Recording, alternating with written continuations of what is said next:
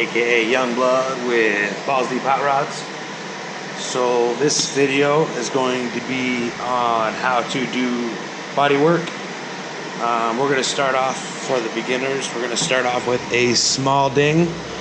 So the first thing we're going to do, if you notice the crease right here, so rather than just putting Bondo in it, what we're going to do is we're going to grind it all down, and then we're going to try to use the hammer and dolly to try and get out the dent, or as much of the dent as we can, before we start the body work.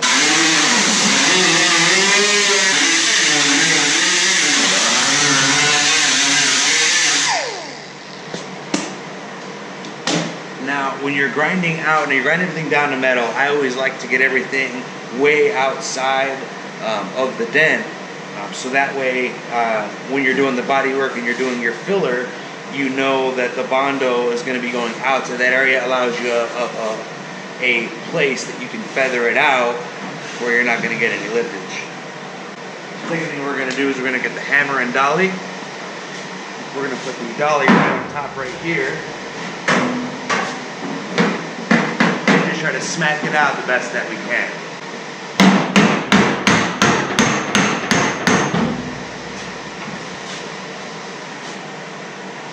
You can also put the dolly on the bottom and do it from the bottom as well. I like to take the hammer and work from the outside of the dent into the dent, or around it, and then you get closer to the dent and the crease as you go.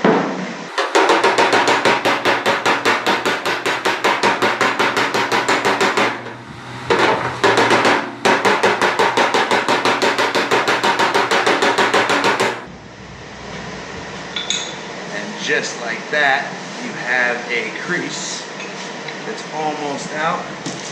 We'll try to get it a little bit more.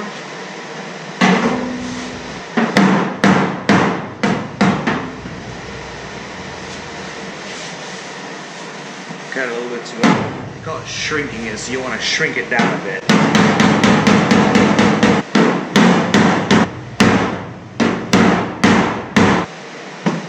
Then I like to take, after grinding it, an outside ring outside of your grind marks. We're going to use some 150. Most of the time, people use a DA just to kind of get it done quick. I guess right here we're just going to use the block. The reason you want to do it like this is so that as you're sanding out your Bondo, you don't have Bondo that sits on top of anything. It feathers right into the area, right into the outside of the dent.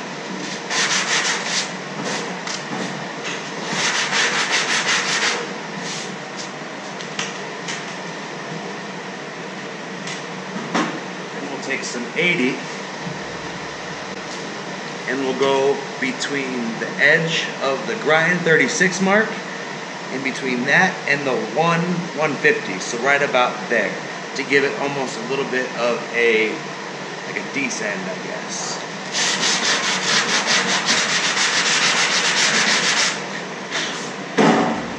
One of the important things to remember when you're getting ready to do Bondo is using something really, really gritty, 36 grit, 80 grit, which will allow the Bondo to really, really bite into whatever it is that you're Bondoing. So biting, bonding, it's kind of the same idea. And then that way, when you go to paint over it, it's never going to crack or lift off, or over time the heat's not going to allow it to separate. So the first coat of Bondo is going to be pretty much just to fill in that the dent first, what's left of the dent first. I like to use this, the USC Special Lightweight Body Filler.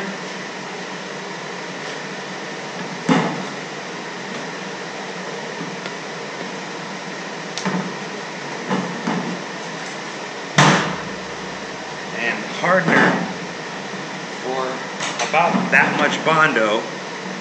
This is Arizona, so it's really, really hot, so you don't want to use too much hardener because it'll cause it to harden really, really fast if you use too much. So I always like to put it on the side That's plenty. I mean, you could probably even do less than that. I go about that on that much.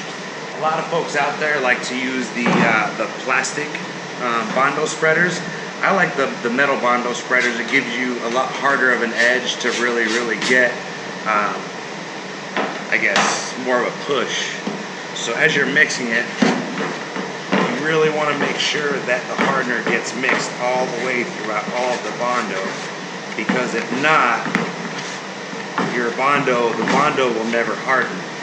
If it doesn't harden and you paint or primer over that, it'll eventually cause, I mean, and sometimes it's weeks, sometimes it's longer than that, will it cause your paint to actually crack because of the fumes or whatnot are still trying to escape. So you really want to make sure, no matter what, you really mix it up thoroughly before you put it on. First coat usually goes right inside of that. Just get it really, you want to kind of use a little bit of pressure so that way it kind of gets pushed into all of those cracks. Now when I'm pressing down, I'm not pressing down very hard, because you want the Bondo to, say, build a little bit higher than the dent, so but at the same time you want it to be nice and smooth, or as smooth as you can make it your first pass. And that kind of hardener, that usually will take anywhere between 15 to 20 minutes to fully harden. Okay, folks. So to get back, I wanted to show you a cool little trick, something that's really good to know when you guys are doing Bondo work. There's a point between when you first lay on the Bondo to where it fully hardens that will allow you to work with it a little bit better. It's a lot easier to sand out. We're going to use 36 grit just because that way we can get it down really fast. But as of right now, the Bondo isn't fully hardened. So when we sand it, it's going to be much like wet paper, which will allow you to get it down a little bit faster. This is not only our very first coat of Bondo, so it's okay to do this. So with this right here, you'll kind of notice that it slides through like butter, like really easy. So you want to do, on a spot like this, you'll do a cross pattern. We're going to go this way, and we're going to go that way. You want to make sure that your block stays always flat throughout the entire time you're doing it. You don't want anything to be lower or higher on any of the areas. So say we're doing an area like this, you want to make sure your block is bigger than that area so that it's being guided by the other sides of the area that you're sanding. So we're going to sand it this way, we're going to sand it that way. You can mix it up. There's no right or wrong way to do it. Everybody's different. Everybody has their own ways of doing things. So you'll develop your own style or your own techniques. So as you can see, we're still a little bit low right there. When you're sanding it down, you'll be able to see your lows right away. So we're just going to take this. Now, a good thing to also remember is when you're dealing with sandpaper, you don't have to push hard. You don't have to really dig into it. Sandpaper will do the job for you. All you have to do is guide the block. In fact, it's a lot easier once you just set it down there. You just kind of move it back and forth and let the sandpaper do what it was designed to do. Okay. So as you can see right here, we filled the spot that we needed to fill. There's a little bit out here, but we're not going to worry about that right away. Also, because of the 36, we also have a good amount of sand scratches in there that will allow our next coat to really bite into it. We're going to use about that much hardener, just like so. Bondo spreader. Repeat the process. Oh, before we do that, you definitely want to blow off the area, or you can wipe the area down to get all that dust out of there really quick. And then, like this. We'll take it and we're going to go a little bit outside of the dented area. Very good habit to get into, but I didn't do last time. Just cleaning off your Bondo plate and your spreader right away. Okay, back at it again. Here we go. I can't emphasize this enough. always make sure that your block is flat, no matter what. If your block stays flat, it can only sand flat. Flat blocks don't lie, and blocks are a huge part of any auto body job, whether it be a collision job or a show job such as this one. So again, nice and flat. Just like so. And then when you rub your hand alongside of it, you'll feel how straight everything is. Now we still have a little bit over here, a little bit over there, and right there, but we just take our 36. There we have, that spot is worked. It's still a little bit low, but not from the dent, just from the sand scratches. So what we'll do is we'll get a coat of hand glaze, or even use regular Bondo, and go from here all the way to here, and we'll use a lighter sandpaper to block that out. We might even use a bigger block just to make sure. That much Bondo, that much hardener. Out here today it's about, I'm gonna say around 110. So it's gonna harden fairly quick. And we're gonna take it and we're gonna lay it a lot wider than the dent. So the dent's here, we're gonna, since we had feathered it all the way out with the 150 all the way out to there, we're gonna go from here, just like so.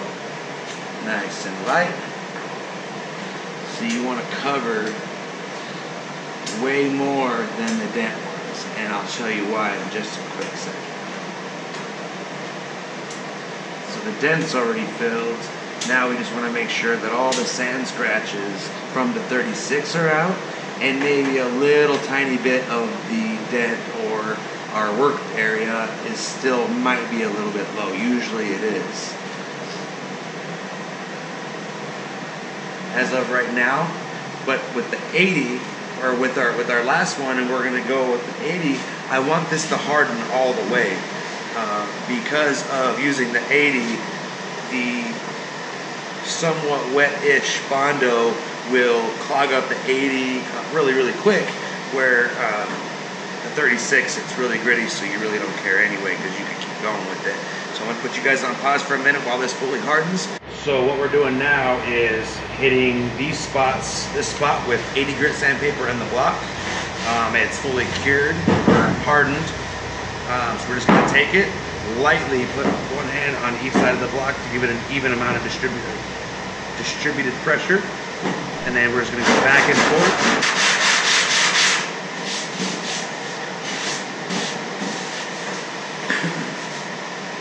So when you start getting down to the area where you know the majority of the,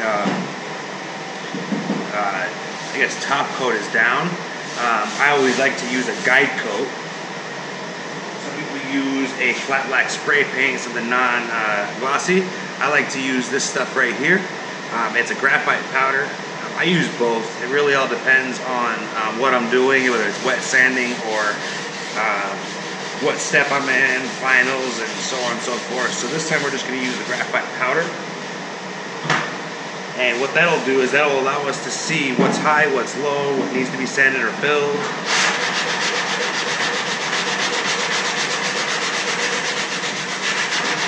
So for this little area right here, every place has its need for its own block.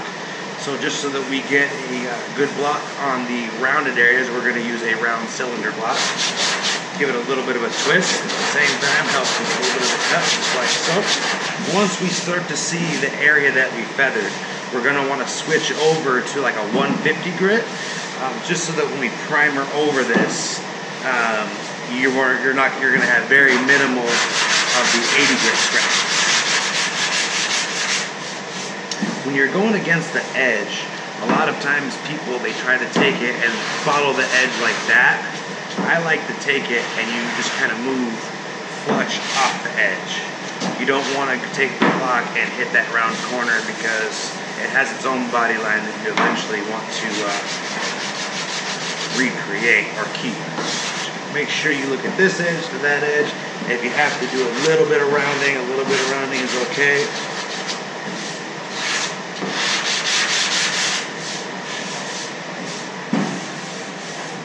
So after all said and done, we went from having a dent to using our hammer and dolly to push out as much of the dent as we could.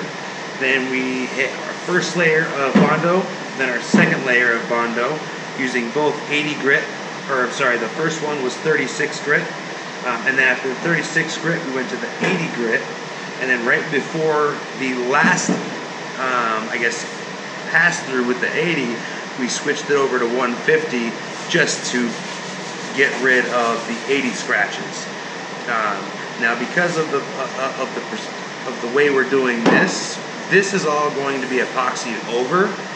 So as far as, you know, getting everything absolutely perfect and I guess using the polyester glaze, I just kind of decided to go with just using the Bondo. But you rub your hand over it, nice and smooth from here all the way to here. You can also rub your hand nice and fast too, which will be able to give you a little better of a feel, I guess. And then after using guide coat, we noticed that there was no highs, no lows, so our Bondo spot is beautiful. Give it like in front of your chest. And action! Hey, this is Brandon with BLZDEEP Hot Rods. That's it right there, that's perfect. Keep that. Hold on, what was it again? That's the closer. That's the Brandon. If you like what you see, oh yeah, okay, go ahead. Hey, this is Brandon with BLZDEEP Hot Rods. If you like what you see, please hit the subscribe button, leave a comment, share, all that good stuff, and stay tuned for the next one. Ha!